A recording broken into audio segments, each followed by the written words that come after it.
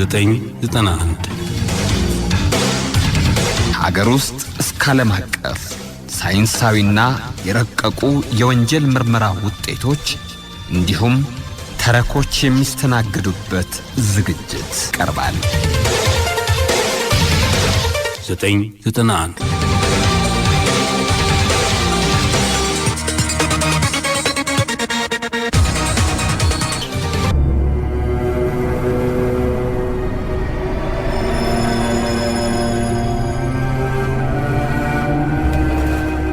በዋድራ ወረዳ ገዳም ሲዳ ቀበሌ በተንጣለለው ግቢ ውስጥ አንዲት አነስተኛ ጎጆ አለች። በዚያ ጎጆ ለዓመታት ሁለት ጥንዶች ከ3 ልጆቻቸው ጋር እየኖሩባት ነው። አሁን ደግሞ 6ኛው የቤተሰቡ አባል ተቀላቅሏቸዋል። የ35 ዓመቷ ወይዘሮ መሰረት በፍቃዱና አቶ ጸጋዬ መላኩ። ወይዘሮ መሰረት በፍቃዱ በአራስ ቤቷ ልጇን አቅፋ ቁጭ ብላለች። ላለፉት 20 ቀናት የሚያውቋቸው ወዳጅ ዘመድ ጓደኛ እየመጣ አራሷን ጠይቋታል። እንኳን ማርያም ማረችሽ፣ ማርያም በሽልም ታውጣሽ ሲሉም መርቀዋታል። ወይዘሮ መሰረት በፍቃዱና አቶ ጸጋዬ መላኩ ትዳር መስርተው ጎጆ ቀልሰው አብሮ መኖር ከጀመሩ 2 10 ዓመታት አሳልፈዋል። 2 ሴቶችና 1 ወንድ ልጅ የነበራቸው ሲሆን አዲሷ ሴት ልጅ ደግሞ 6ኛ የቤተሰቡ አባል በመሆን ከ20 ቀን በፊት ተቀላቅላለች። ወይዘሮ መሰረት በፍቃዱ ትዳሯን አክባሪ ተግባቢና ተጫዋች ሴት ስትሆን ባሏም አቶ ጸጋዬ ልጆቹን የሚወድ ዝምተኛ ሰው ነው። ሆኖም አዲሷ ልጅ ከተወለደች ቀን ጀምሮ ጸባዩ እንደ ድሮ አልሆነም። መነጫነጭ ማምሸት መገለጫ ሆነም። አራሷ ይህን እየተመለከተች እንዳላየ በመሆን ቦዷ ብዙ ችላለች። እገዛና ክብካቤ በሚያስፈልጋት በዚህ ጊዜ ቁርሴን ለማሰሪም የሚለው የባሏ የነጋ ጠባ ጭቅጭቅ ቢያበሽቃትም የሆዷን ቦዳ ይዛ ትዳሯን ጠብቃለች። የሚያግዛት የሚረዳት ሰው ሳይኖር የአራስ ጊዜዋ 36ኛው ቀን ተቆጥሯል። ቤተሰቦቿ እንዳይመጡ አትምጡ፣ አትድረሱብን የሚለው የባሏ ገጽታ ሸሽቷቸዋል። ወላጅ እናት የልጃቸው ነገር አላስችል ቢላቸው አልፎ አልፎ ከውጪ ተደብቀው ባለቤቷ ሲወጣ ለአራስ ልጃቸው ያስፈልጋል የሚሉትን ቆጣጥረውና ሰርተው አናቷ ላይ ቅቤ ጣል አድርገው ከቤቷም ገብተው የልጃቸውን ልጅ ልብስ ከማጠብ ጀምሮ የሚያስፈልጋትን ሰራርተው እንደ ሌባ ከልጃቸው ቤት ሹልክ ብለው እንደገቡ ሹልክ ብለው በጓሮ ይወጣሉ። የወይዘሮ መሰረት በፍቃዱ አባት አዲሷን የልጅ ልጃቸውን ለማየት ቢፈልጉም ቢናፍቁም ምንም ማድረግ አልቻሉም። ልጄ እኔ አባቷ እያለው ውሻ ሆነች እያሉ ይሰለስላሉ። ምን ማድረግ አለብኝ ከማለት ጀምሮ ባሏ ለምን ጠላን፣ ስለምንስ ይሸሸናል የሚሉ ጥያቄዎችን ይጠይቃሉ። በመጨረሻም ኧረ ጎበዝ እኔ አላማረኝም ይላሉ።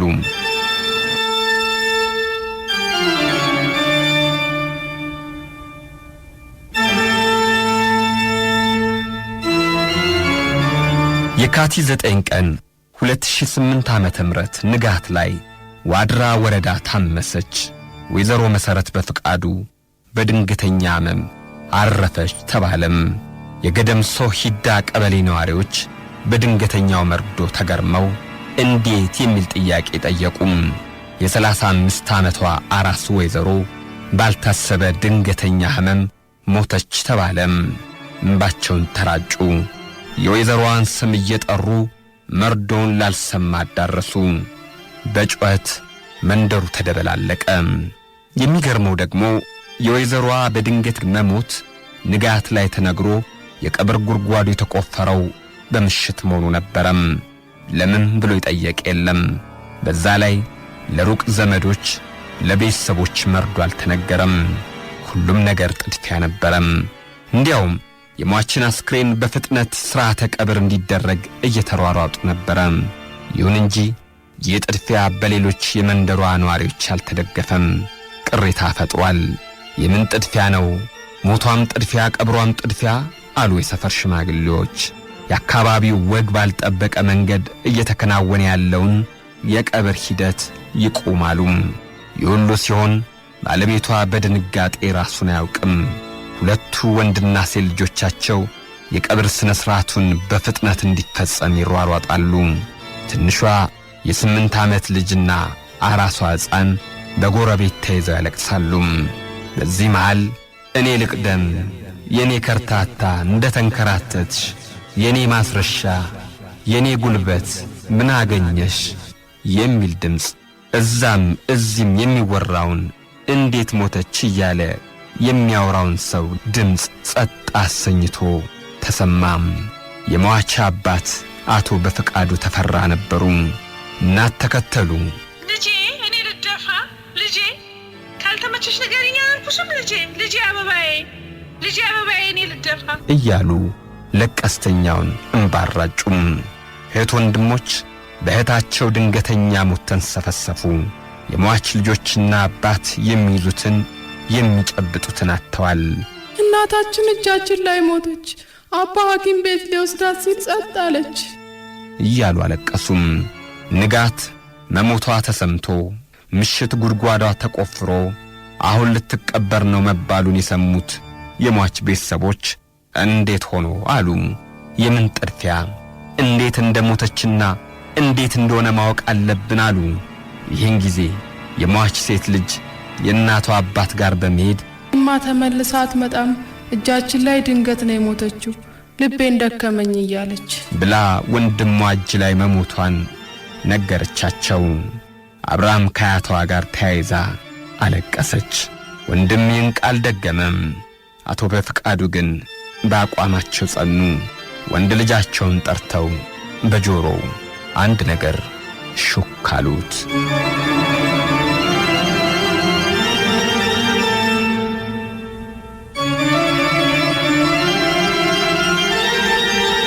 አባት ለልጃቸው ሹክ ያሉት 991 ደውሎ ፖሊሶች እንዲመጡ ነበረም።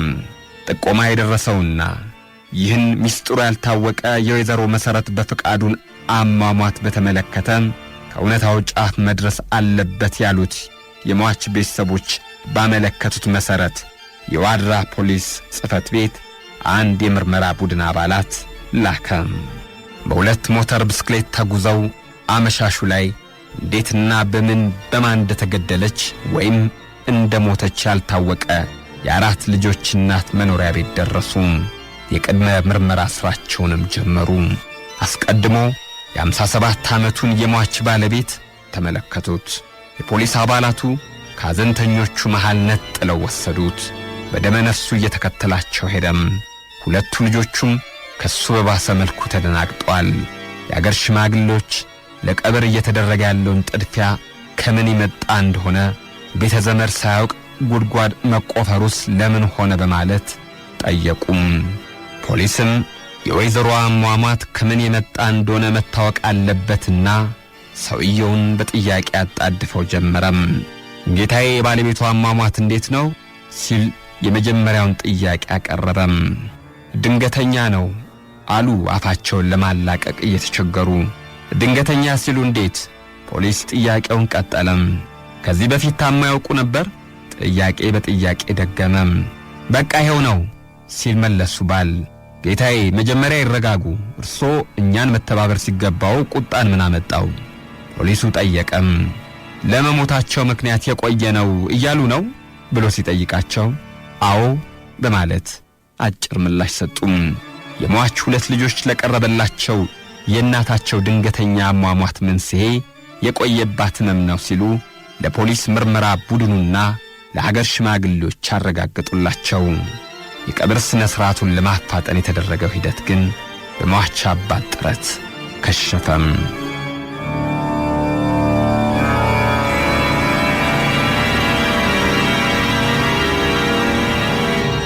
ከአንድ ቀን በፊት ለጥየቃ የመጡት ወንድሞችና እህቶች የእህታቸውን ሞት ድንገተኛ ነው መባሉን ማመን አቃታቸው። በጠዋት ለልጃቸው ቡና አፍልተው አጫውተው የወጡት እናት የልጃቸው ሞተሽ መባል ቀልድ መሰላቸው። የሷ ችግር ሰላምና ክብካቤ ማጣት ነው አሉ። እናም የሟች ቤተሰቦች ሞቷ ድንገተኛ መባሉን በፍጹም አልተቀበሉም። አስክሬኑን ለማስቀበር ልባቸው አልፈቀደም። ፖሊስና የአገር ሽማግሌዎች ያገኙት መረጃ ወይዘሮዋ በህመም ምክንያት መሞቷን ልጆቿና ባለቤቷ ማረጋገጣቸውን ብቻ ነው።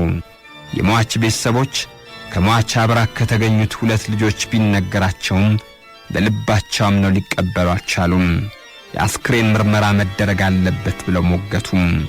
በዚህ ሁሉ ጭቅጭቅና ምክክር የሞተ አይመለስም ብለው ከቀኑ 7 ሰዓት ላይ የቀብር ስነ ስርዓቱ በአካባቢው ሕግና ደንብ መሰረት እንዲከናወን ከስምምነት ላይ ደረሱ።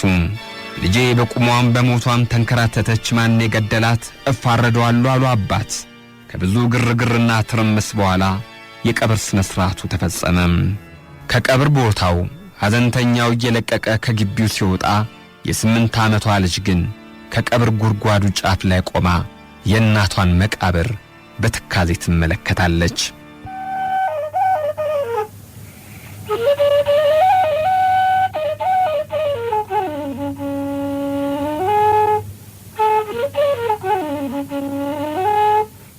የወይዘሮዋ ሞት 7ኛው ቀን ሲታሰብ የቅርብና የሩቅ ዘመዶች ጎረቤቶች ተሰባስበው ከውጭ ተቀምጠው አጠራ አደረጉም።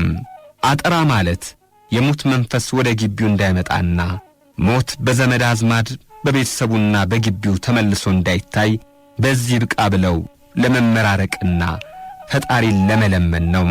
በዚህ ሥርዓት ላይ በግ ታርዶ ሥጋ ይጠበስና ይበላል። አንዱም በግ ሥጋው ወደ ቤት አይገባም፣ አጥንቱም ተሰባስቦ ይቃጠላል። ይህ የአጥራ ስነ ስርዓት እንዳበቃ ሰው ወደ የቤቱ ሲበታተን አንዱ ሲቪል የለበሰ የፖሊስ የምርመራ ቡድን አባል ከሟች ወንድም ጋር ሆኖ እየተጫወተ ነበረም። ፖሊሱም የሕፃኗን አጎት እያሳየው ሕፃኗን ተመለከቷት። ከወንድሞቿ ተነጥላ የሚደረገውን የቤቱን ትዕይንት ከመመልከት በስተቀር የእናቷን የሙት ማስታወሻ ምግብ አልተመገበችም። ይህን ሲመለከቱ ይበልጥ ምስጢሩን ለማወቅ ጓጉ። በቤቱ የነበሩ ሐዘንተኞች ቀስ በቀስ እያጽናኑ ሲሄዱ የቀሩት የቅርብ ዘመዶች ብቻ ነበሩ። አካባቢው ጭር ከማለቱ የተነሳ የመቃብር ቦታው ቢከብድም የ8 ዓመቷ ሕፃን ግን ከእናቷ መቃብር እንዳፈጠጠች ቀረች። የሕፃኗ ድርጊት በዚያ አላበቃም። በየጊዜው ከቤቷ የ15 ደቂቃ ጉዞ በልጅ እግሯ ሮጣ የእናቷን መቃብር ዙሪያውን ትቃኛለች፣ ትጎበኛለች። የአካባቢውን ትዕይንት አየት አድርጋም ትመለሳለች። ማንም ሳያት ሮጣ የመቃብር ስፍራ ትገኛለች። ይህንን ሁኔታዋን በአንክሮ ተመልክቶ የተረዳት ማንም አልነበረም። የሟች ድንገተኛ አሟሟትን እያጠራ ያለው የምርመራ ቡድኑ አባላት ዓይናቸውን ከለቅሶ ቤት ጥለዋል። ገቢ ወጪውንም ልጆችን ባልንም ሁሉንም በዓይነ ቁራኛ እየተከታተሉ ነው። ግን ዕለት ዕለት በየአጋጣሚው በቀን 2 ወጣ እያለች ቆይታ የምትመለሰው የ8 ዓመቷ የሟች ልጅ ብቻ ነበረች። ሌሎቹ ሐዘንተኞች ሲወጡም የተለየ እንቅስቃሴ ሲያደርጉም አይስተዋልም ነበረም። ታዲያ ይቺ ብላቴን እንዲህ ጠፍታ እየቆየች የምትመጣው ከየት ነው? የምርመራ ቡድኑ አባላት በፖሊስ ሥራ የሚናቅ ጥርጣሬም ሆነ መረጃ እንደሌለ በሚገባ ያውቃሉና የ8 ዓመቷን ሕፃን መከታተል ጀመሩም።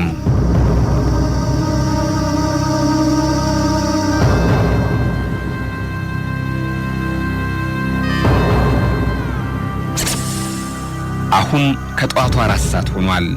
የምርመራ ቡድኑ አባላት ከለቅሶ ቤት አካባቢ በተለያየ አቅጣጫ ቆመው ወጪ ወራጁን ይመለከታሉ። ከሐዘንተኞቹ ቤት የሚያጽናና ሰው ሲገባም ሲወጣም ይታያል። ያቺ 8 ዓመት ልጅም ከኩዮቿ ጋር ከግቢው ደጃፍ እየተጫወተች ነበረም። የፖሊስ ቡድኑ ይህንን ተመልክቷል።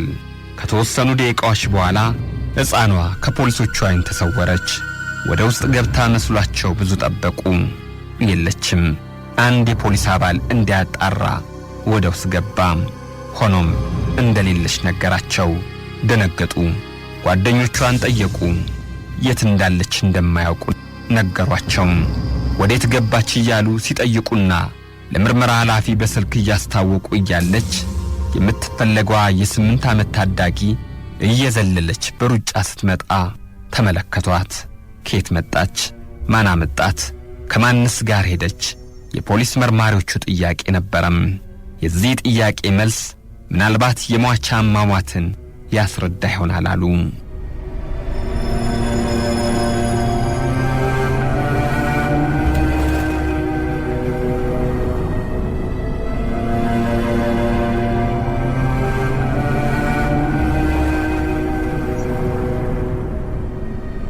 የፖሊስ የምርመራ ቡድኑ በቀጣዩ ቀን ባደረገው ክትትል የ8 ዓመት ታዳጊ እየጠፋች የምትመጣበት ቦታን አወቀም። የእናቷ መቃብር ጋር ደርሳ እንደምትመለስ በተከታታይ 3 ቀናት አረጋገጠ። ሆኖም ለምን የሚለውን ጥያቄ መልስ የሚሰጠው አልተገኘም። ሕፃኗ እየተመላለሰች የመቃብሩ ቦታ ላይ በሐዘኔታ የምትቆመው ለምንድን ነው? አንደኛው ቀን ላይ ሕፃኗ እንደ ልማዷ የመቃብሩ ጉድጓድን በሐዘኔታ ስትመለከት ቆይታ የመቃብሩ ጉድጓድ ጫፍ ላይ ተቀምጣ ታሰላስል ገባች። ይህንን እየተከታተሉ ነበርና ለምን ሁሌ እዚህ እንደምትመጣ ለመጠየቅ ይወስናሉ። ቀስ ብለውም ተጠጓት። ሕፃኗ ግን በወቅቱ ከራሷ ስሜት ጋር ስለምትጫወት የእግራቸውን ኮቴ ያልሰማችም ነበረም። የሚል የጉሮሮ ማጽዳት ድምፅ ሲያሰሟት ቀና አለችና በድንጋጤ ካጠገባቸው በሩጫ ብርር ብላ ጠፋች። አሁን ፖሊስ ይቺ ብላቴን የቋጠረችው ሚስጥር አለ ብሎ ጠርጥሯል። ወዲያውም ወደ ቢሮአቸው ተሰባሰቡ። ብዙም መከሩ። የመሰላቸውንም የጥርጣሬ ሐሳብ አቀረቡ። በስተመጨረሻ የፖሊስ ምርመራ ቡድኑ ለዚህ መረጃ አሰባሰብ እንዲጠቅመው የሟችን ወንድም ያስጠራሉ። ሁኔታውን ከገለጹለት በኋላ በሚሆነው ነገር ሁሉ እንዲተባበራቸው ይነግሩታል። የእህቴን አሟሟት ሚስጥር ይታወቅ፣ ከጎናችሁ ነኝ አለም።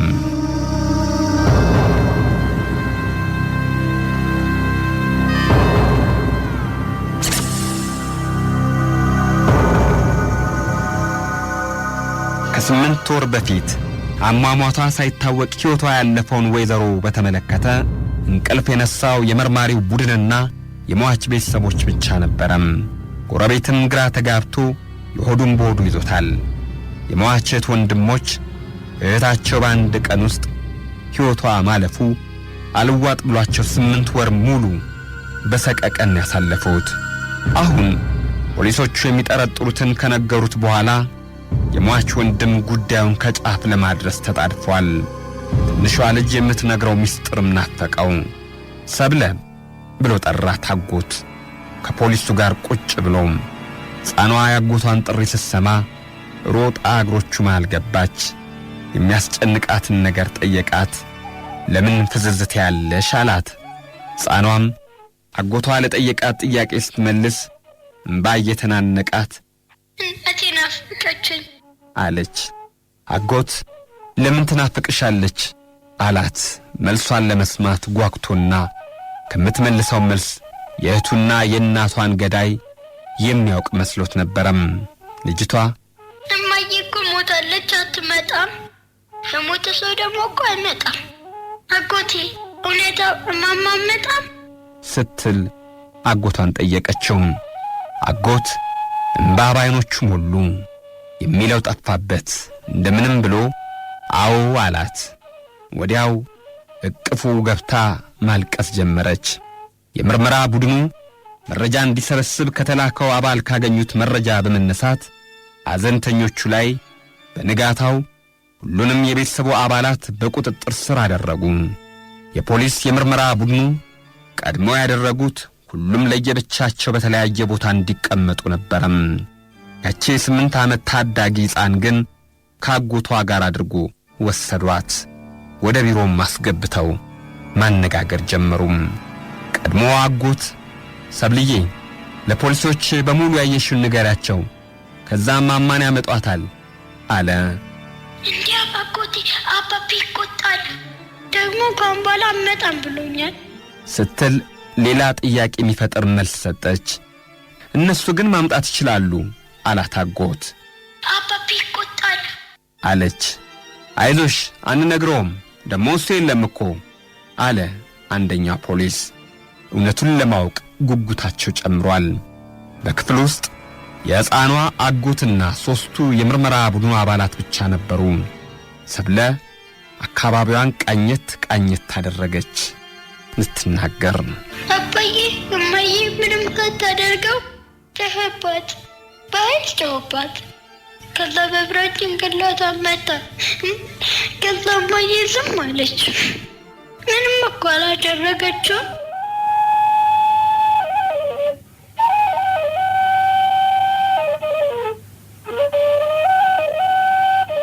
ሰኔ 11 ቀን 2007 ዓመተ ምህረት ከምሽቱ 12 ሰዓት ሆኗል። አባት መጠጥ ቤት ቀማምሶ ነበር አምሽቶ የገባው። እንደገባም በበሩ ታዛ ስር የነበረውን ያስቀመጠው መጥረቢያ አይታደረገው። በቦታው የለም። እዚህ ጋር አስቀምጬ የነበረው መጥረቢያ የት ሄደ ሲል በጩኸት ጠየቀ። ወደ መኝታ ቤቱ ሲገባ አራሷ ባለቤቱ አዲሷን ሕፃን ጡት እያጠባች እየተጫወቱ ነበረም። ሌላ በቤት ውስጥ ማንም የለም። ስሚ አንቺ ማንከ ያለሽ መጥረቢያዬን ሲል አንቧረቀም። እንዴ ጸጋዬ ምን ነካ? እኔ ካልጋ አልተነሳው ምን ይሁን ብዬ ነው የማነሳው? ደግሞ ባዶ ቤት ሆኜ በጊዜ መግባት ሲኖርብህ አምሽተህ ትቆጣለህ ብላ ሆድ ብሷት ማልቀስ ጀመረች። ሴትዮ ንገሪኝ፣ አትነፋረቂ፣ ንገሪ ማን ነው ይህን ያደረገው አለም።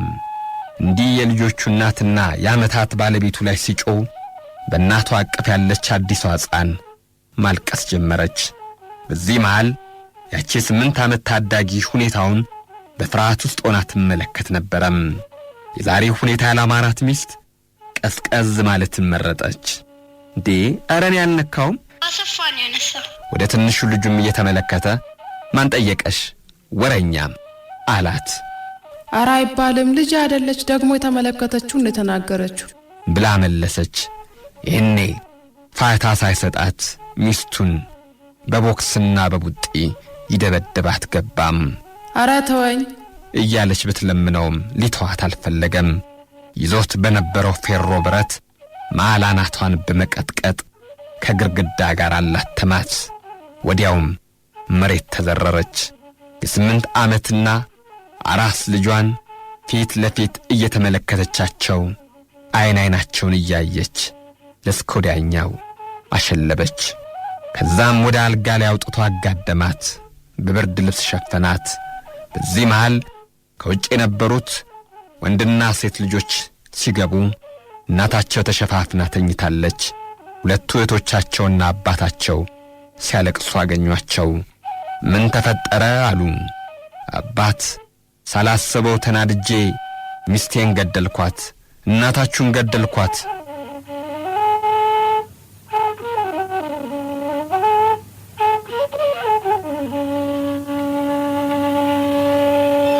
የ8 ወሩ እንቆቅልሽ አሁን ተፈታም።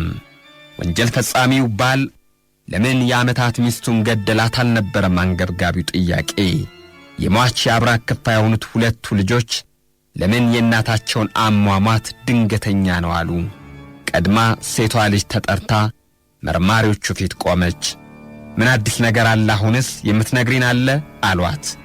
እንዴ እናቴ ታማ ነው የሞተችው አልኩ ስትል አንደኛው መርማሪ አቋረጣት።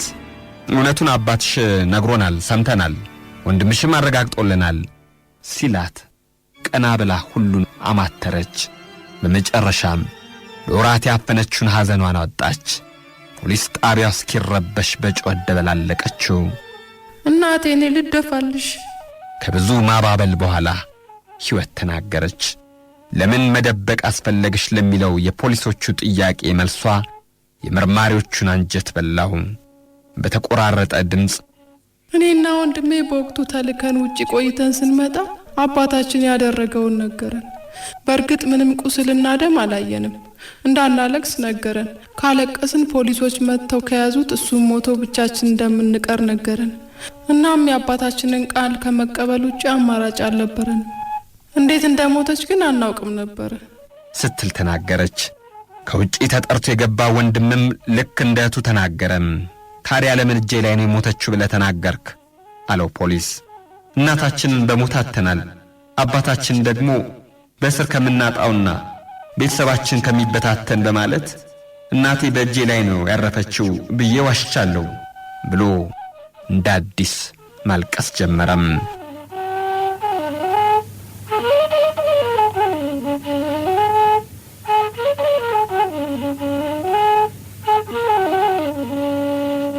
አባት የ8 ዓመቷ ታዳጊ ያየችውን የተናገረች ሁሉ እውነት ነው አለም። ምስክርነት የሰጡበትን ልጆች የተናገሩትን ቃል አመነም። ፖሊስና አቃቢ ሕግም ይህን ምርመራ አጣሩ።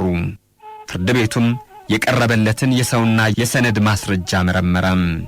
በመጨረሻም ሁለቱን ወንድምና እህት የእናታቸውን አሟሟት የደበቁት የአባታቸውን ወንጀል ለመሸሸግ ሳይሆን ቤተሰብ ይፈርሳል ከሚል ስጋት የነበረን ጫና ለመሸከም ዝግጁ ካለመሆን ጋር መሆኑን ፍርድ ቤቱ ተገንዝቦ እያንዳንዳቸውን በ300 ብር ቅጣት እንዲቀጡ ሲወስን የትዳር አጋሩንና የአራት ልጆቹን እናት በግፍ የገደለውን አባት የ18 ዓመት ጽኑ እስራት እንዲቀጣ ወስኖበታል።